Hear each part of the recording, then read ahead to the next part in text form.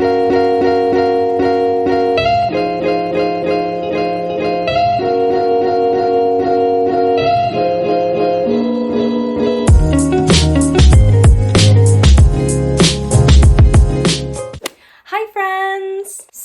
I wanted to post a video the midweek before Tech Week began and before the next rehearsal vlog, mainly because a lot of people had wanted to know how I get ready for a character or for rehearsals for a show. I had someone request this, I think a few weeks ago, maybe a month ago, and I thought it was a great way to kind of show you guys how I get ready for roles and characters, because a lot of the times people will have different ways of getting into a character or preparing for a role or preparing for a show in general. And so I thought it'd be really cool to just kind of give y'all a little insight into how I do it and how I kind of brainstorm ideas of how to do character development and how I learn lines and the whole 9 yards. So let's get into it.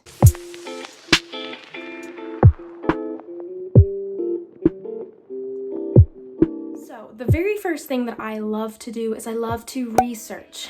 That comes with researching the character, the show, the time period, if there is one, anything revolving around the character. And of course, this goes with saying that I already know the character that I have received in the show. I would say before auditions, I always love to research the show in general and to understand all of the characters, especially the ones that I'm going for or trying out for or that are my type. And when I say my type, I mean that I have a pretty good chance at playing one or the other role. For example, in Matilda, I knew that I was a pretty good type for both Mrs. Wormwood and Miss Honey. So I really focused a lot on their characters as well as everybody else's. I love to research the character that I have received once the cast list has come out to an extent where I am really understanding the full focal point of the character, who the character is, what they do, how they do it, what their personality is, how they're interacting with other characters on the stage, their characteristics. I love to make sure that I understand how I'm communicating with people, how I am communicating physically, and how I'm communicating emotionally. Because a lot of the times when I'm on stage, especially for Matilda,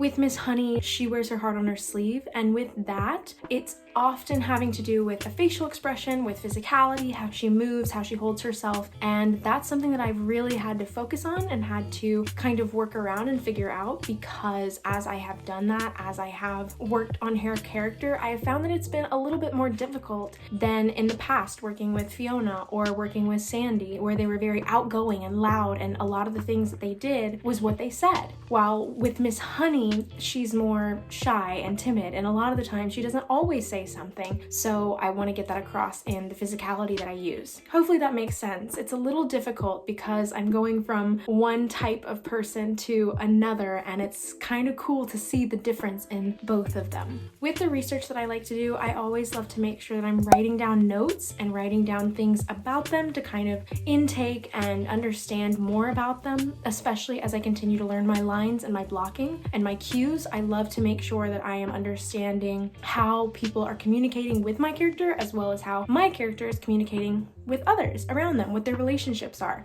etc. So I like to make sure that I have my theater notebook, which I also use as my cue book, and I keep all of my notes precise and neat with my character notes and my cues and everything that I want to make sure that I understand about my character, as well as the relationships that they hold. So I would highly recommend having a notebook, a specific notebook that you can keep all of your cues in, as well as notes about your character, specifically with character development. Anything that you come up with for character development for your specific character. Things could be from how they hold themselves posture-wise, or how they interact with a person in a specific way. I would say that it's really important to have a differentiation between every single thing for your character. The other thing that I wanted to mention, which I already previously mentioned and I have shown in a couple of theater advice videos that I've already posted, a cue book is always necessary for myself. I have given this idea to many other people and they have used it and said that it works really well for them. I've had people say that they don't end up using it, but it's kind of nice to just get their lines written down or their cue lines written down. And what this cue book is for me is I usually go line by line, meaning cue line by cue line, and I will write down all from Act 1 and Act 2 my cue lines, and I will say who says them. So that way, if I need to run lines and I don't want to look at my lines in the script where I can see them and I can kind of cheat, I will use use my cue book to where I can look at my cue book and I will read my cue lines, and then I will have to remember my lines on my own without peeking or accidentally saying them, because that happens all of the time. So I like to have that on hand just in case I'm out, or I have my notebook with me, or I just want to kind of write down all of my cue lines so that way I'm actually putting them more in my brain than just typing them out or just looking at them. They say that writing things down helps you to remember them a lot better. So I feel like in the end, if I don't end up using it as much as I'd like to, writing my cue lines down and who says them really has helped me in the show process. So I would recommend doing it no matter what.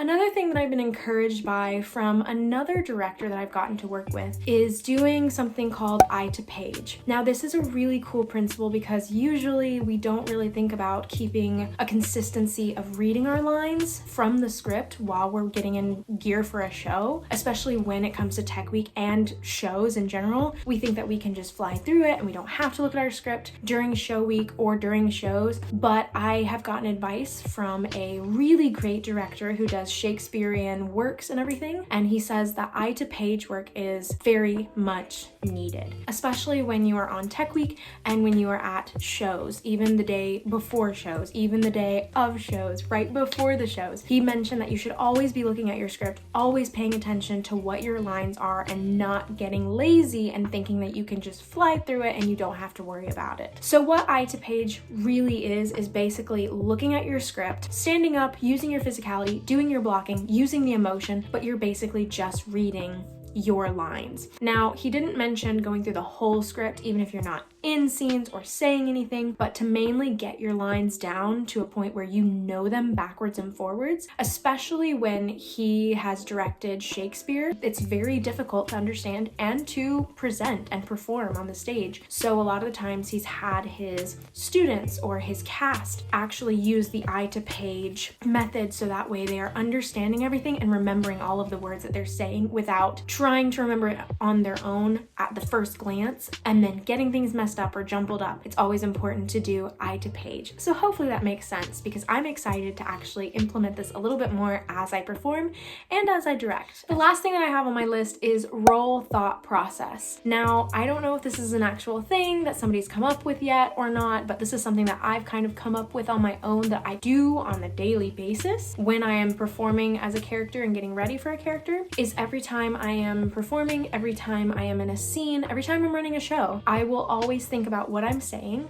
and think about what is going on in the situation that I'm in, how it would make me feel physically, mentally, emotionally. I think about everything as I'm performing as if I was that character, which ultimately helps me to get better acquainted with my character and helps me to take on the character more efficiently. Now, I gave this to my friend Caleb, who is playing Mr. Wormwood in Matilda with me, and he said that it has helped him tremendously in getting better into character and better ingrained in who his character is and just being more flexible and comfortable with the idea of being flamboyant and fun and loud and crazy as Mr. Wormwood. And I thought that this was so exciting because I always love to see people having ways that really help them to open up or get into a character or really get engaged in the role that they're playing. For me, for Miss Honey, a lot of the times when I'm in scenes with Miss Trunchbull, I am usually thinking, I am pathetic, I am weak, she's right, I just need to be quiet, I don't know why I'm here. It's usually this thought process that I'm thinking of, and not always am I thinking of actual sentences in my head. It's just that emotion or that feeling that I associate with those sentences, if that makes sense. Hopefully this all makes sense. It's a little weird when I try to explain it, but it makes so much sense when you really just kind of let it flow in your mind, if that makes sense. I feel like I've said if that makes sense a lot. I'm so sorry.